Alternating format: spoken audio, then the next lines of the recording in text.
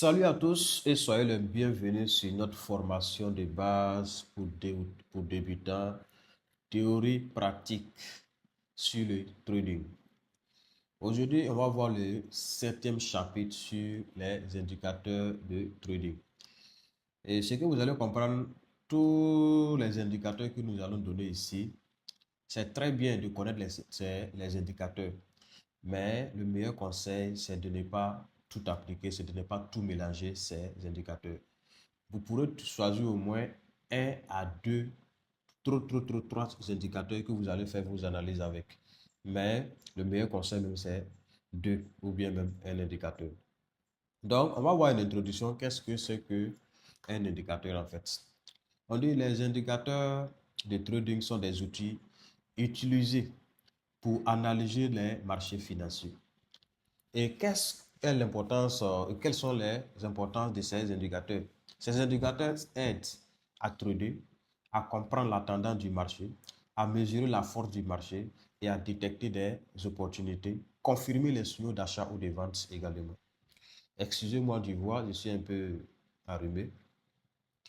Donc, les indicateurs ne prédisent pas l'avenir avec certitude. Vous comprenez ce que ça veut dire?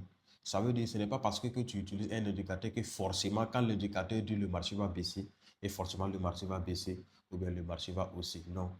Moi, je vous ai dit, le trading, c'est sur des probabilités que on fait des analyses en fait. Voilà. Mais lorsqu'ils sont bien utilisés, ils peuvent améliorer l'analyse, réduire des erreurs, renforcer la prise de décision. Ainsi, on se fait comprendre. Dans ce chapitre, nous allons découvrir les indicateurs les plus populaires et leur fonctionnement et les erreurs à éviter. Donc, on dit un indicateur est un outil mathématique basé sur le prix, le volume ou le mouvement du marché. Il aide le trader à mieux lire le comportement du marché. Les indicateurs disponibles sont sur MetaTrader 5 et MetaTrader 4. MetaTrader 4 et MetaTrader 5 et sur TradingView. Donc, au deuxième point, on a deux grandes catégories d'indicateurs. Au gros A, on a les indicateurs de tendance. Ils servent à identifier la direction du marché. Par exemple, on prend le EMA. Et par la suite, vous allez voir sur le graphique ce que c'est que le EMA. On prend les moyens mobiles. En B, on prend les indicateurs de momentum. Il sert à mesurer la force du mouvement, exemple le RSI et le MACD. Au troisième point, on a l'EMA, Exponential Moving Average. Donc, l'EMA est une moyenne mobile exponentielle. Elle aide à identifier la tendance, à filtrer le bruit du marché, à filtrer le bruit du marché. Et comment EMA fonctionne? L'EMA suit le prix de la manière fluide. Ça veut dire l'EMA suit de près le prix du marché. Est-ce que vous comprenez?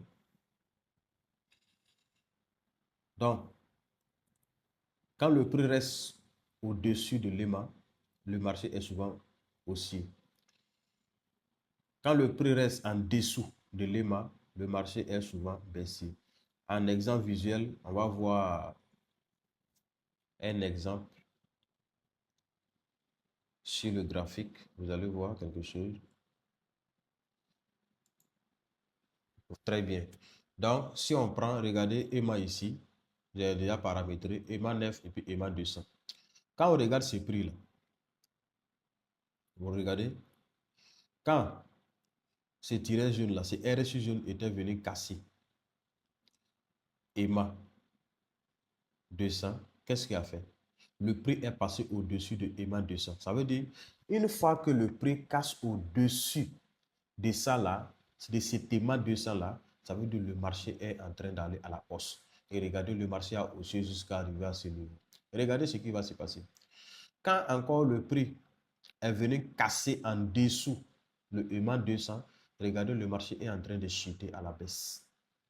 Donc, EMA suit de près la tendance du marché. Vous comprenez? Voilà, c'est notre formation théorique. Donc, on dit les EMA populaires, il y a EMA 9, EMA 20, EMA 50, EMA 200, voilà.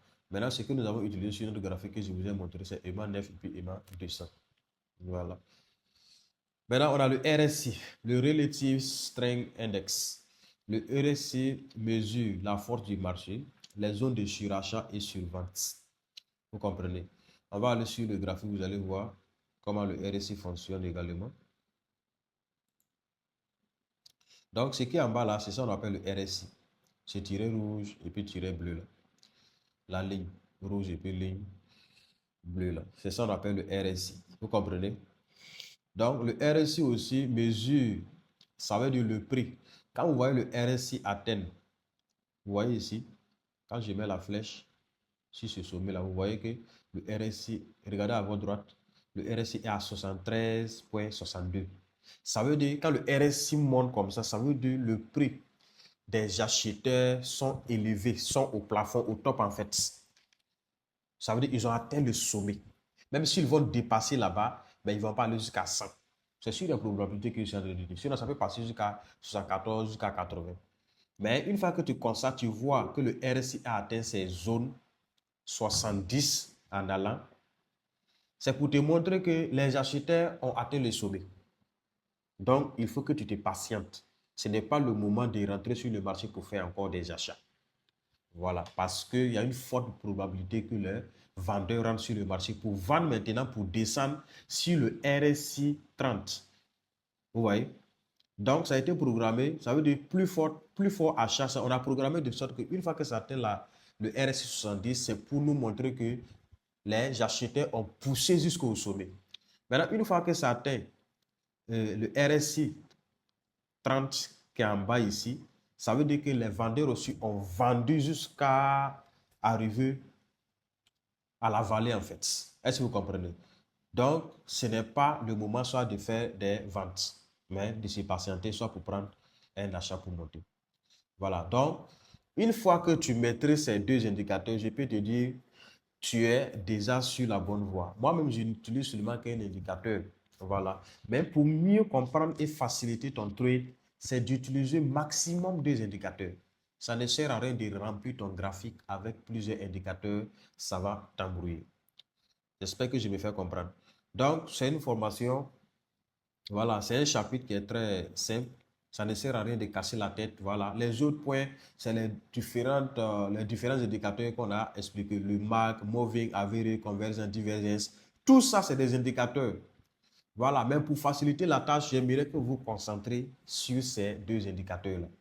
Voilà. Et par la suite, si vous voulez apprendre à maîtriser, à connaître les indicateurs, si vous allez utiliser, pas de souci. Sinon, ça ne sert à rien de bosser tous les indicateurs, remplir votre tête. Non. Parce que quand vous allez remplir votre tête, ça sera très dangereux pour vous. L'autre indicateur va dire que c'est le moment de rentrer pour faire achat. L'autre indicateur va venir avec ses théories pour dire que non, il faut patienter. Vous voyez? Donc, tu seras confus. Tu ne sauras même pas quel indicateur voilà, utiliser. Sinon, vous voyez, la formation théorique, elle est très longue, mais ça ne sert à rien en fait. Voilà, ça ne sert à rien de se casser la tête, utiliser beaucoup d'indicateurs pour vous embrouiller. Les meilleurs indicateurs que vous pouvez utiliser, c'est ce que je vous ai montré, le RSI et puis le EMA. Vous pouvez utiliser ces deux indicateurs pour être rentable en trading. Voilà. Donc, le RSI qui est en bas et le EMA 200 et le EMA 9. Voilà, pour mesurer, pour savoir, là, pour te dire la tendance du marché.